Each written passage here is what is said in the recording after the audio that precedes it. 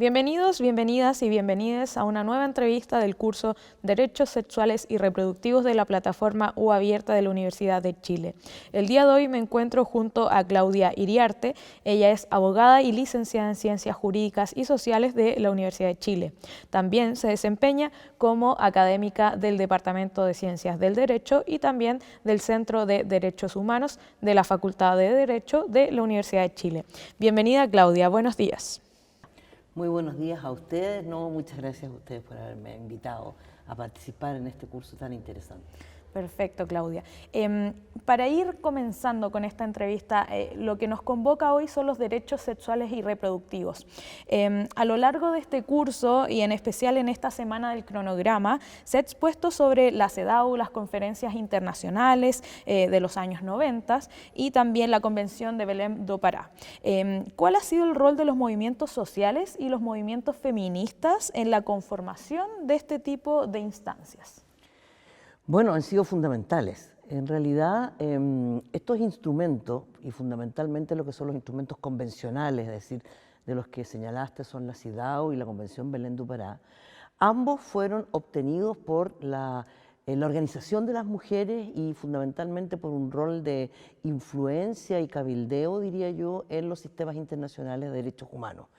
Particularmente, y allí toman también una importancia muy grande estas declaraciones a las que hiciste mención, que tienen que ver con las reuniones que se hacían desde la década del 70 para el avance en los derechos de las mujeres y el reconocimiento de los derechos.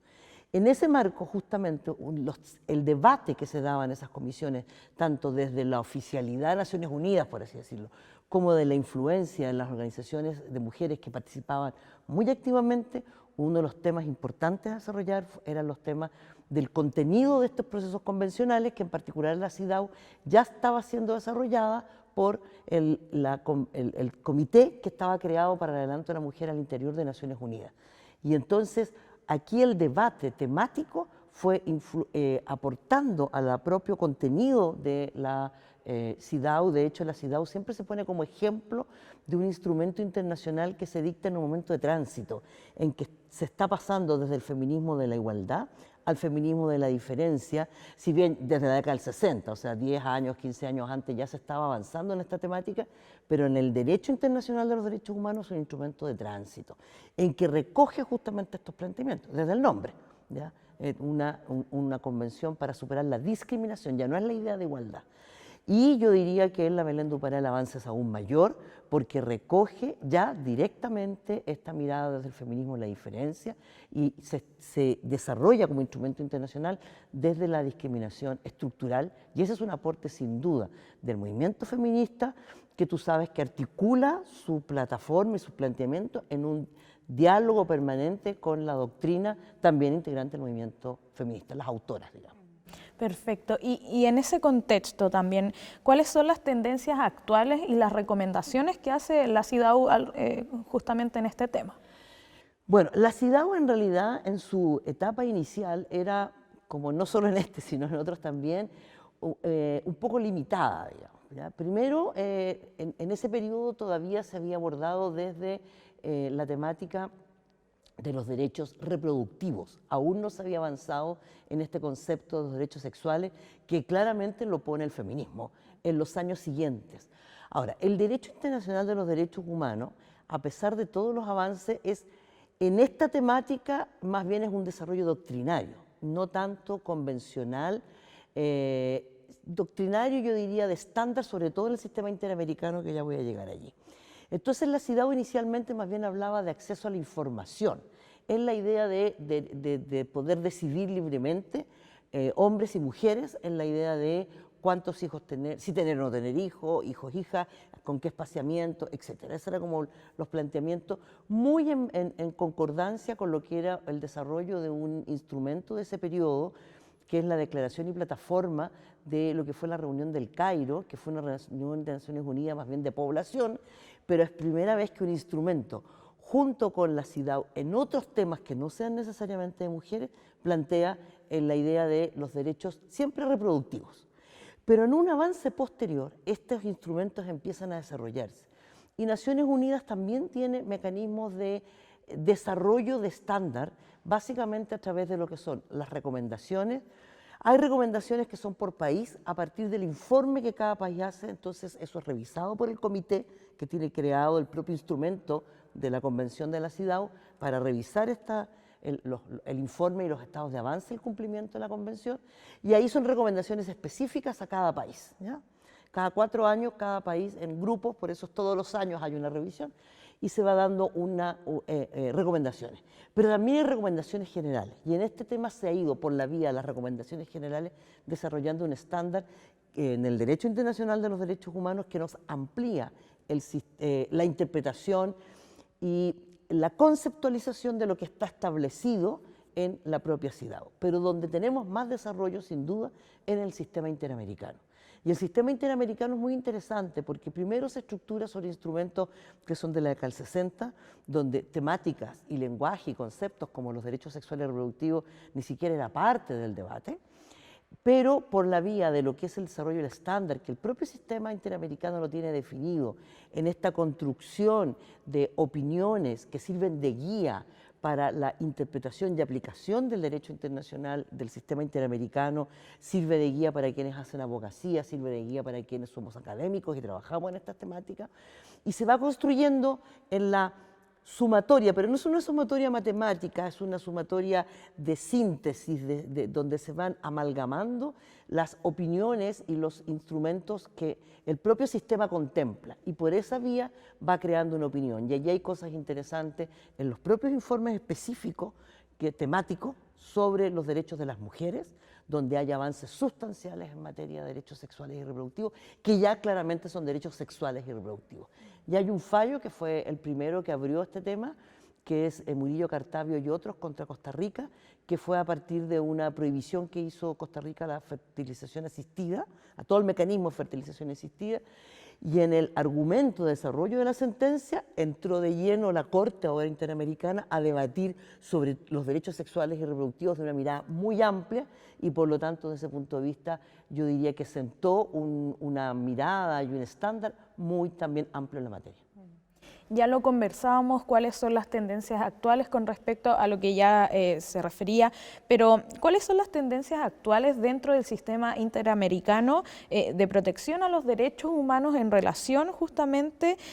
a estos derechos, los derechos sexuales y reproductivos? Bueno, ya algo más adelante en la pregunta anterior, y como decía, efectivamente a partir de este fallo, lo que se establece básicamente es, primero, que los derechos sexuales y reproductivos existen como tales, ¿ya? Eso es un punto de avance fundamental. ¿Y qué comprende? Y esa es la importancia de este fallo y de opiniones que se han ido dando, entre otros, o que complementan este fallo dentro del sistema interamericano, es que no solo es información, ¿ya?, respecto de los sistemas de contracepción que pudieran existir, o sea, no solo es acceso a la información para decidir sobre la reproducción humana de hombres y mujeres, sino es acceso a la información, es acceso a atención en los sistemas. No quiero decir solo de salud porque es más amplio, es una mirada muy amplia sobre el concepto de salud, porque salud tendemos a pensar en enfermedades, y aquí obviamente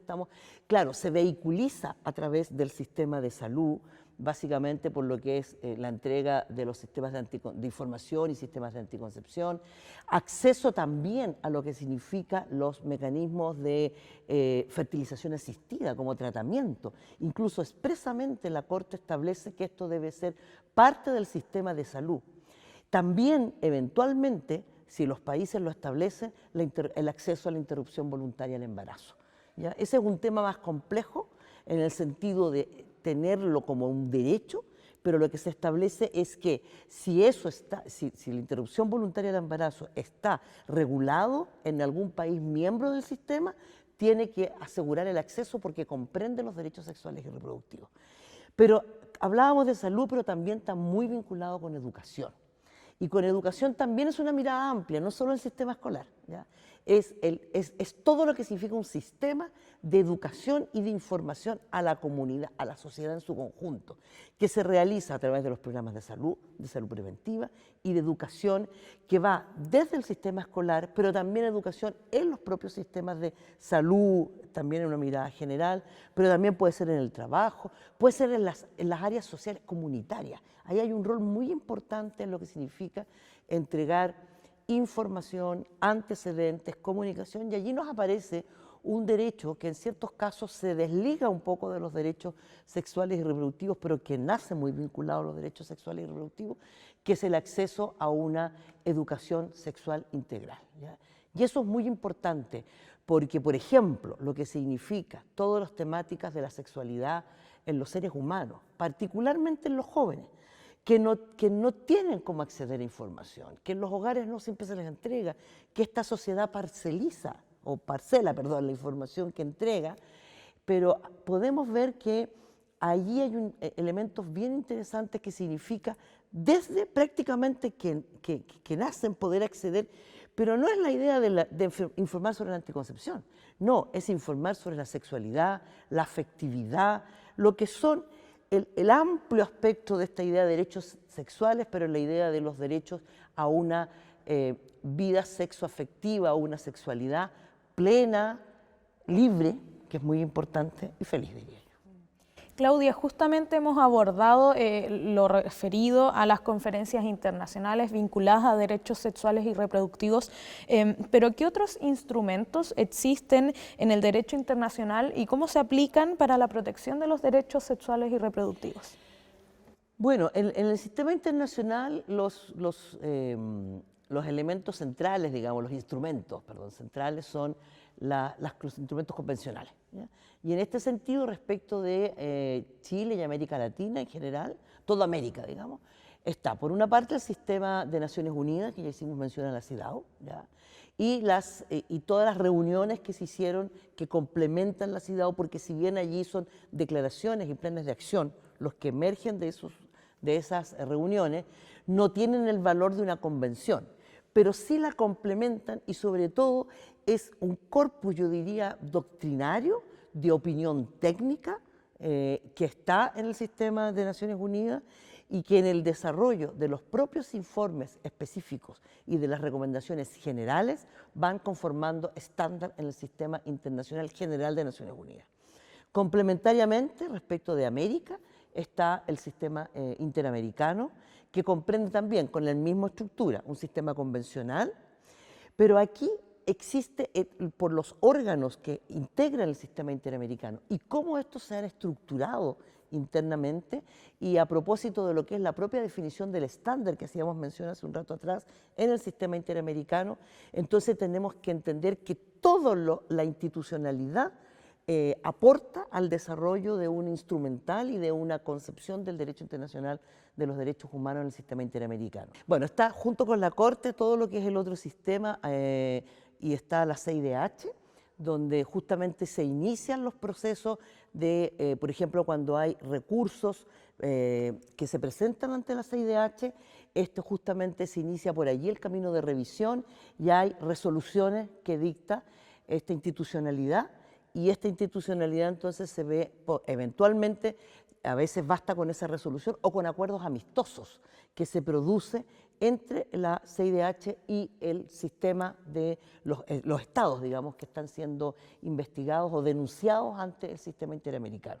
Y en ese proceso, a veces esto allí acaba con una resolución del propio sistema o en virtud de una solución amistosa. Ha habido casos, por ejemplo, respecto de Chile y de los diversos países americanos que llegan a temas de solución amistosa y entonces significa cambio, revisión de normativa nueva, dependiendo de lo que acuerde, y eso tiene un impacto directo en el Estado que ha sido involucrado. Y a partir de ello además está la Corte, que son los casos que desde la Comisión Interamericana llegan a la Corte porque no ha habido solución amistosa o porque la Comisión estima que debe llegar a la propia Corte, sigue su proceso, digamos, en una situación más compleja, más larga de explicar acá. Entonces, allí la Corte también falla, y esos fallos, si bien son vinculantes respecto del país que está involucrado, pero este trabajo, los fallos, la jurisprudencia, es jurisprudencia, junto con los informes de la Comisión, informes que no solo se refieren a la propia, respecto de los casos, sino hay informes temáticos, hay informes por país, y además hay opiniones consultivas que la propia Comisión tiene y que explica a partir de lo que algún país le solicita sobre alguna opinión específica, ¿ya? Pero junto con ello, además, están las visitas que la comisión hace y a partir de las visitas se emite un informe. Todo este instrumental va conformando una opinión técnica que va integrando el estándar, que es una guía, pero es una guía que sirve fundamentalmente también en la idea de la interpretación de las propias actuaciones de los propios órganos. Entonces es una guía tanto para la propia sistema interamericano como para los países integrantes del sistema interamericano. Y desde ese punto de vista va creando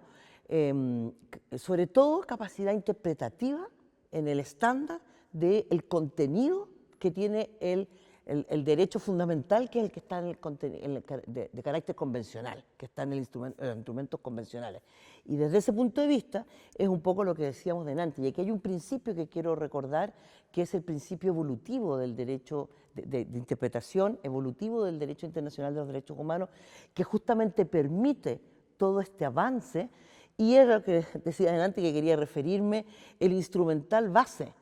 del sistema interamericano es un instrumental de la década del 60 que no recoge ni en el lenguaje ni en la conceptualización muchos avances, porque no estaban,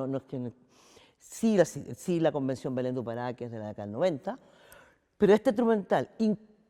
complementado por otras convenciones que se han dictado posteriormente, por el propio Sistema de Naciones Unidas y por su estándar, amplía la interpretación, amplía la aplicación y por lo tanto los recursos y los propios informes de la Comisión, los propios informes o los fallos, perdón, de la Corte se van enriqueciendo y así se va ampliando la noción, los conceptos y argumentos del derecho internacional de los derechos humanos. Y Claudia, ya finalmente para entender esta temática, este contexto internacional, ¿cuáles crees tú son los avances más importantes a nivel internacional en materia de derechos sexuales y reproductivos? Lo más importante, bueno, yo primero que nada el concepto, ¿ya? Porque si bien hoy día nos parece lógico, pero en realidad yo diría que este es un tema que se instala realmente, que se desarrolla como derechos sexuales y reproductivos, porque una cosa era como derechos reproductivos, que ya había un avance en el último tercio del siglo pasado, pero como derechos sexuales y reproductivos, en un desarrollo del derecho internacional de los derechos humanos, yo diría que es de los últimos 15 años, ¿ya? Y allí creo que el sistema interamericano tiene un rol muy importante. Eso primero es el concepto, que nos amplía y es derechos sexuales y reproductivos. No solo la reproducción humana, también es la sexualidad. Pero lo más importante dentro de ello es que está establecido dentro del derecho, ¿ya? No solo a la decisión reproductiva de los seres humanos, sino del goce y libertad, yo diría de un modo fundamental, frente a la sexualidad y también reproducción. ¿Por qué? Porque si miramos la realidad fundamentalmente de las mujeres, el orden, el sistema, y en eso es muy claro la Convención Belén do Pará, la estructuración de los modelos de discriminación de las mujeres y de subordinación de las mujeres están construidos sobre un mecanismo de control sexual. Entonces, si establecemos la idea de los derechos sexuales, no solo como derecho reproductivo, sino el derecho a la sexualidad, desde la idea de la libertad, de la autodeterminación de los sujetos, ¿ya? De la autonomía sexual como parte integrante de este elemento, tenemos una conceptualización que permite avanzar mucho en la mirada de cómo ahora construimos la posibilidad de la superación de los mecanismos de dominación y violencia que en materia sexual existen. Y ahí yo diría que todavía eso está ahí instalado, no se ha desarrollado el potencial muy, diría yo, gigantesco, perdón la palabra un poco académica, pero que creo que es muy gráfica, si lo unimos junto con lo que se refiere a, por ejemplo, la propia Convención Belén do Pará, cuando nos habla de la violencia y la relación directa de la violencia con discriminación. Y uno de los temas de violencia, de hecho hay varias sentencias, es sobre formas de control y abuso sexual que atentan directamente contra la idea de la autonomía y la libertad en materia de sexualidad humana. Bueno, Claudia, tal como ha sido la tónica en las entrevistas de UA Abierta, quisiera cederte el espacio para que puedas enviar un mensaje a las y los participantes de este curso. ¿Qué les dirías? ¿Qué depara en términos de materia internacional para los derechos sexuales y reproductivos? Bueno, yo diría que este es un tema tremendamente importante que es muy importante que estén accediendo a una formación o a un conocimiento, porque creo que aquí hay procesos de cambio, sobre todo en el derecho internacional de los derechos humanos, que está recién comenzando, que empieza a recoger este avance y por lo tanto la posibilidad de que ustedes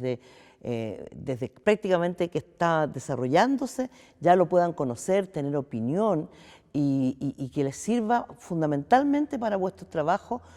o para el quehacer que ustedes tengan, porque creo que aquí es una de las herramientas fundamentales que ha desarrollado el derecho internacional de los derechos humanos, que permite avanzar hacia la libertad de las mujeres, hacia la libertad de las personas, de los sujetos, y una vida más plena y feliz sin duda, si es que logramos construir un modelo y un orden social sobre la base del respeto a los derechos sexuales y reproductivos.